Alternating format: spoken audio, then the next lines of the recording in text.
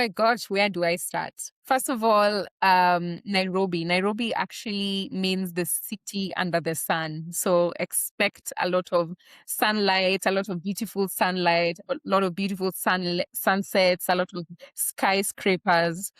I'd say food. Food is such a huge part of our culture. That and the live music scene. So in Kenya, our music industry is still growing and we've made such amazing strides over the years. But I'd say a place where we're really thriving is in the live department. So if there's anyone coming to Nairobi, the first thing you need to do is get yourself a ticket to see, any show. We have such a big array of musicians who are singing different genres. There's people here doing rock, there's people here doing country, there's people here who are really sticking to, cultural music that will have more of the rhythm, more of the traditional instruments. Because I think we have 42 tribes in Kenya, just in Kenya. So it's really hard, to box musicians into one particular genre. And I think that's part of what makes Nairobi and Kenya really beautiful. So culture, food, and live music is definitely what I'd say. That's incredible.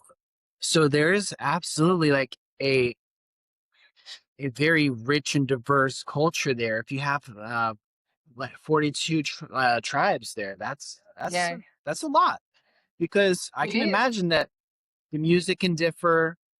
Uh, does Swahili tie everybody together, but there's also other languages as well?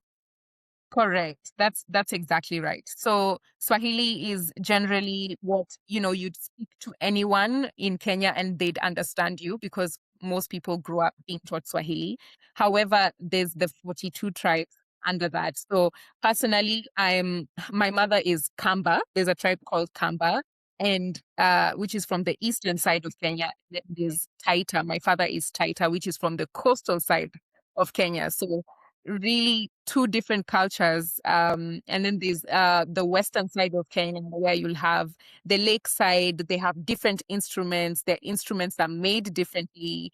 And then yeah, there's a lot. There's definitely a Yeah, I would be so interested in checking out the music videos, uh, throughout your region to see like also if we're able to see different traditional dress as well, all that cultural richness as well that must be seen there. Like that must be Mhm. really special.